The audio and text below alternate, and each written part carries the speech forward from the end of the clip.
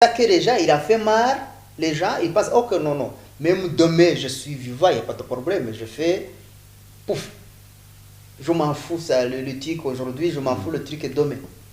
Mais non. Comme il y a un jugement des hommes, pour la loi des hommes, il y a un jugement aussi de la créateur des hommes. Oui, je suis en train de penser, c'est pour rire, hein, Valise, mais je suis en train de penser, on voit tout le temps à la télévision que la justice est lente. C'est la justice des hommes. Il faut attendre des années pour avoir un procès et pour avoir un jugement. Le jugement de Dieu, il est éternel. Mais oui. Il est encore plus long. Encore pire, même au plus Pas que... pire, il est meilleur. Mais il oui. est meilleur. Parce que... Pourquoi je pense que c'est le pire? Parce que la parole a dit, si le jugement il vient, il te condamne éternel.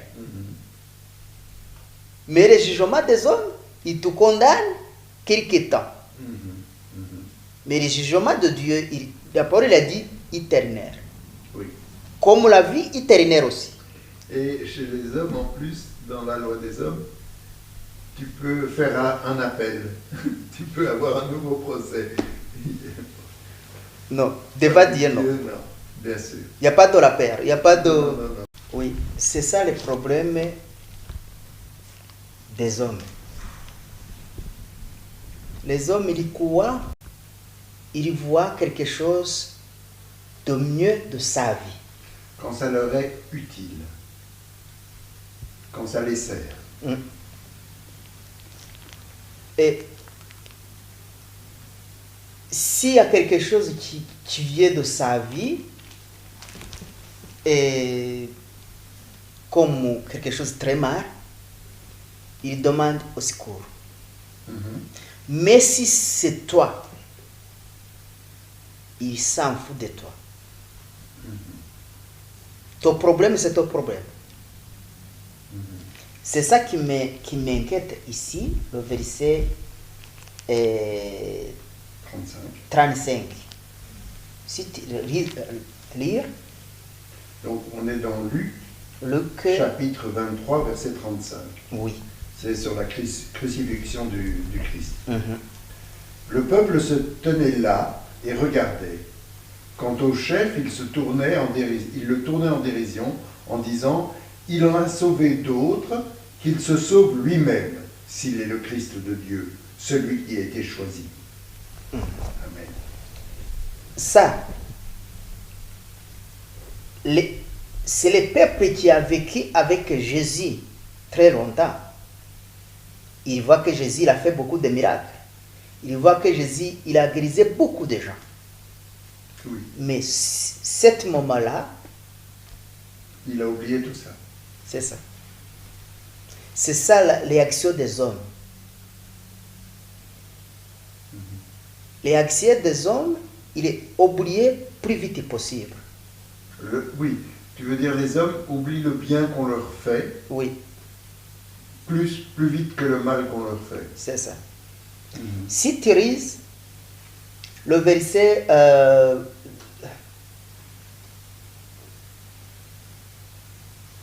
le verset 39.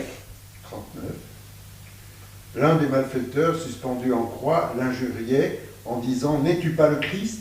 Sauve-toi toi-même et sauve-nous. » Amen. Une autre, il a dit si tu es Christ,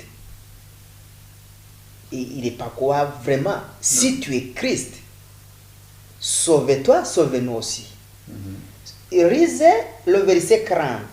Mais l'autre, donc l'autre voleur, l'autre le rabroua en disant « As-tu donc aucune crainte de Dieu, toi qui subis la même peine? Pour nous c'est justice, car nous recevons ce qu'ont mérité nos actes, mais celui-ci n'a rien fait de mal. » Continuez jusqu'à le 42.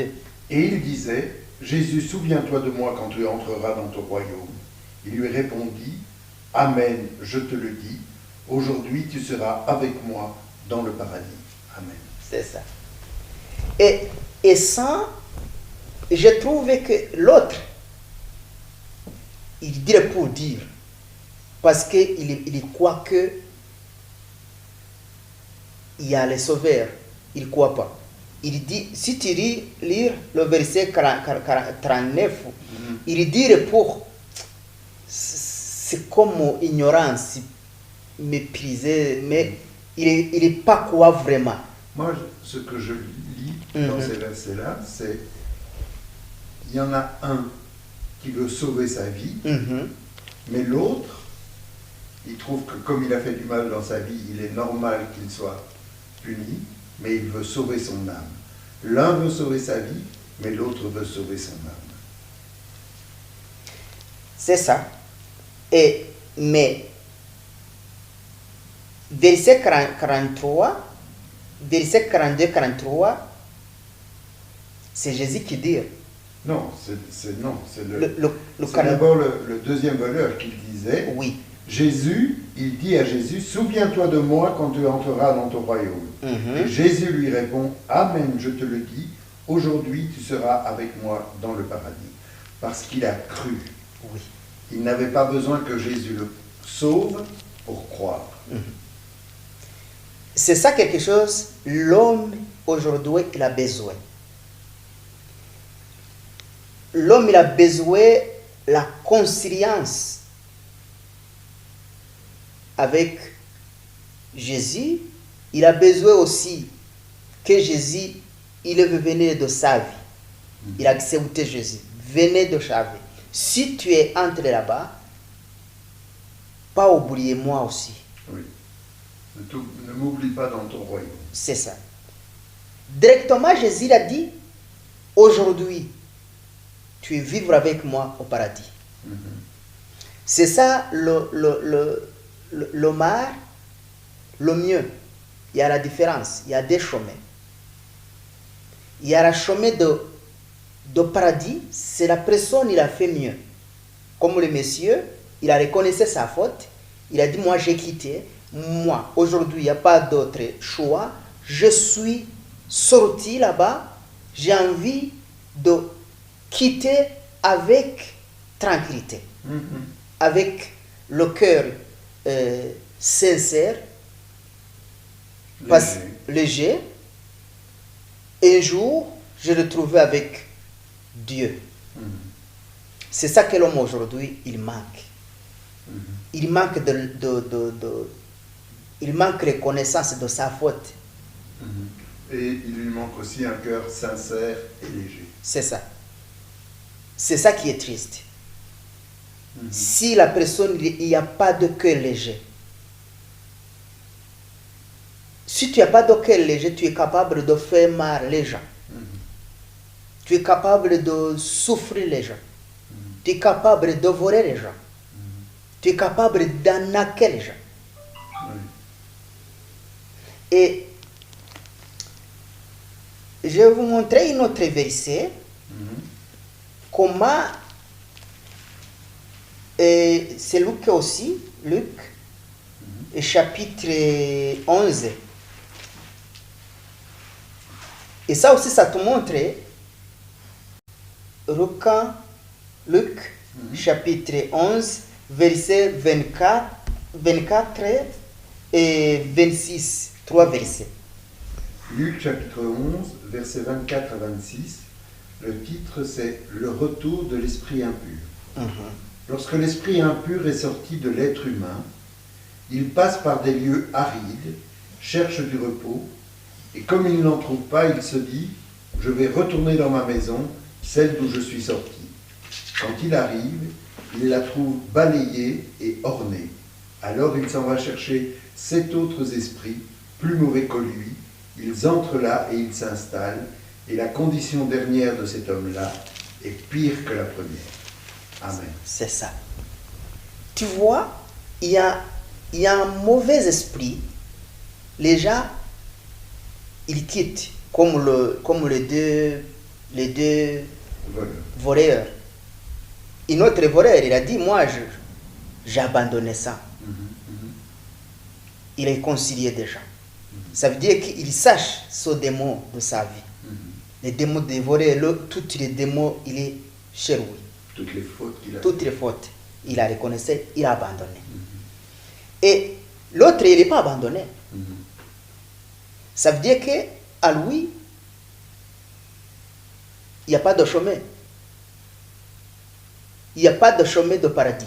Il n'y a pas de place dans le paradis. Ça veut dire qu'il y a des chemins. Il y a les chemins de paradis. Il y a les chemins aussi de l'enfer. Mais à l'enfer, pour le moment,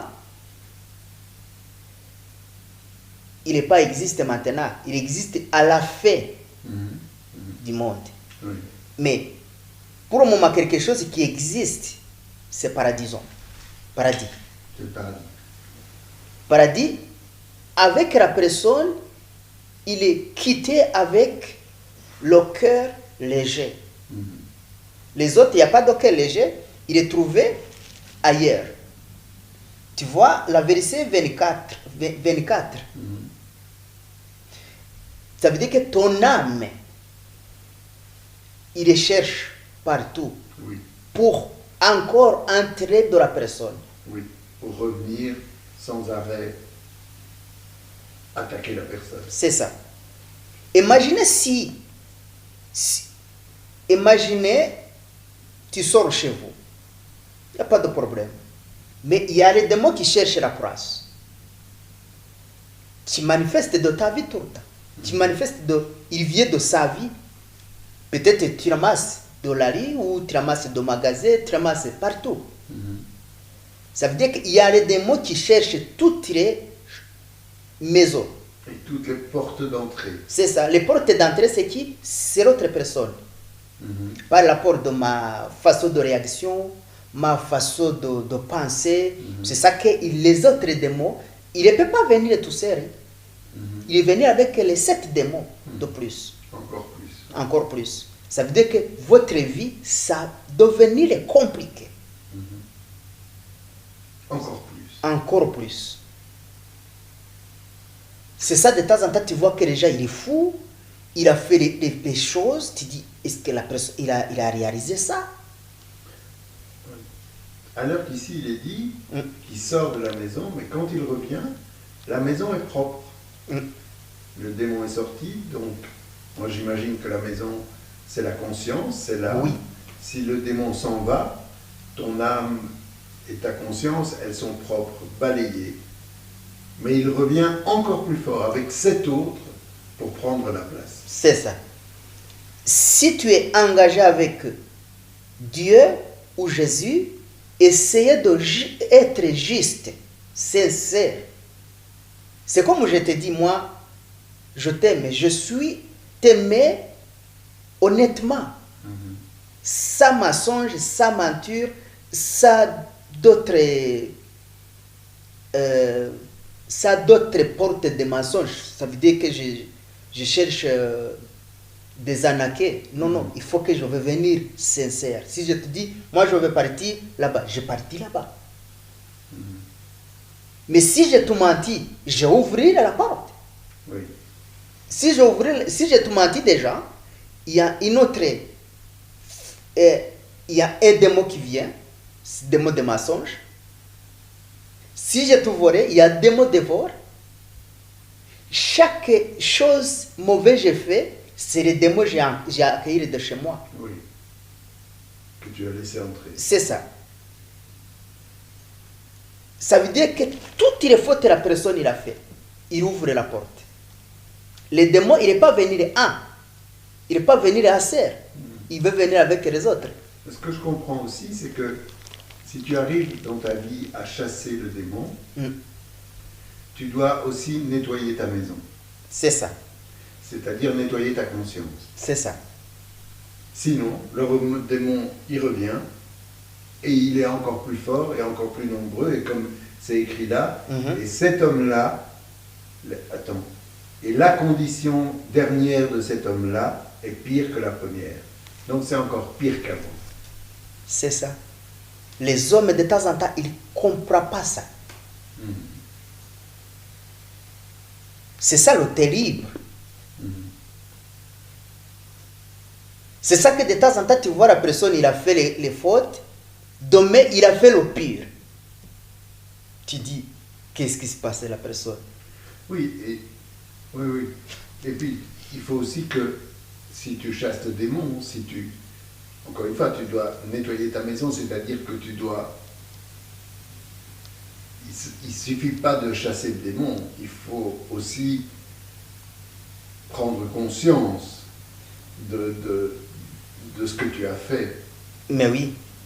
Et demander pardon pour ça. C'est ça, la maison propre. Ben oui, c'est ça. Il faut aussi de continuer de contrôler ta maison chaque jour. Si tu contrôles ta maison chaque jour, si tu as d'autres saletés qui viennent de ta vie, essayez d'éloigner plus vite possible. C'est ça le contrôle. C'est comme vous avez nettoyé chez nous ou chez toi, tu vois. Si tu vois que ta maison c'est sale, tu nettoies. Oui. Même si tu vois que les vêtements tu utilises plusieurs fois et tu vois que c'est sale, tu changes. C'est la même chose aussi de la conscience, la conscience. Oui. Et le cœur. Je vais te montrer une autre. Nous sommes à 15. Pour connaître bien aussi les choses là, vous lisez le verset 14 jusqu'à 18, s'il vous plaît. Psaume, chapitre 115, versets 14 à 18. Le Seigneur vous donnera l'accroissement à vous et à vos fils. Soyez bénis du Seigneur qui fait le ciel et la terre. Le ciel est le ciel du Seigneur, mais il a donné la terre aux êtres humains. Ce ne sont pas les morts qui louent le Seigneur, ni aucun de ceux qui descendent dans le lieu du silence, mais nous bénirons le Seigneur dès maintenant et pour toujours. C'est ça. Ça veut dire que les bénédictions de Dieu, il est là quand je suis vivant.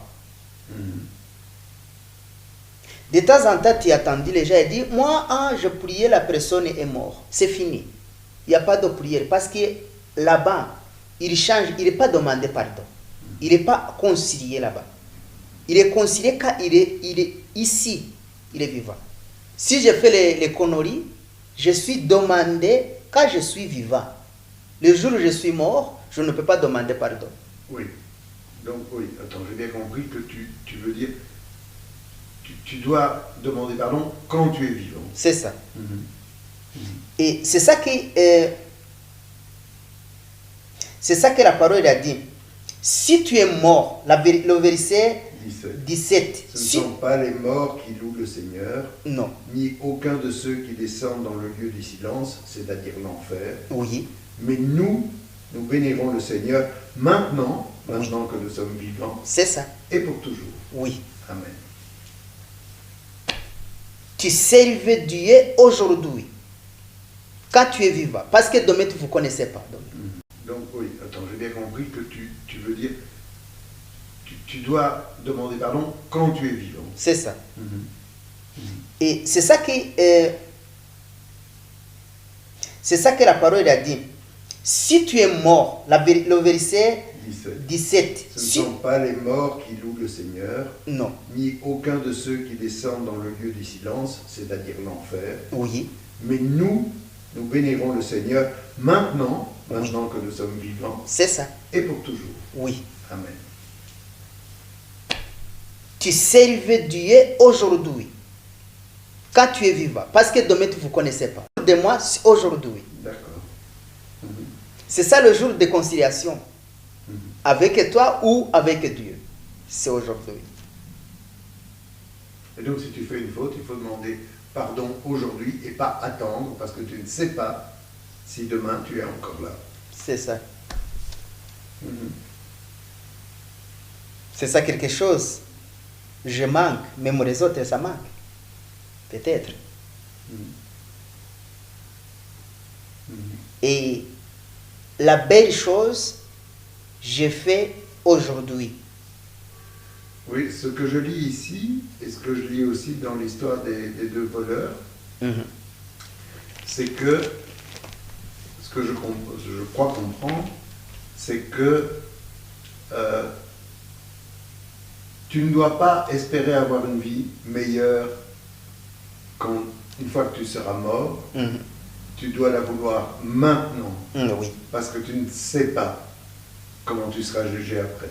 Oui, c'est ça.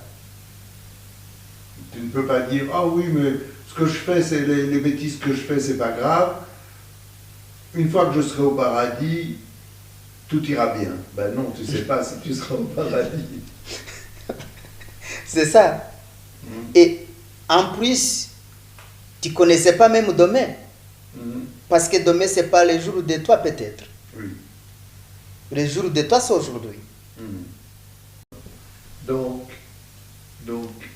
abstiens-toi de faire des bêtises parce que tu ne sais pas ce que sera le jugement. C'est ça.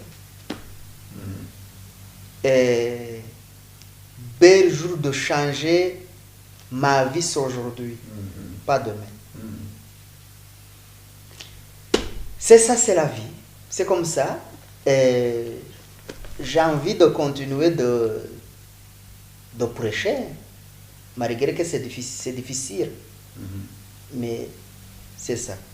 C'est des bonnes paroles, je trouve.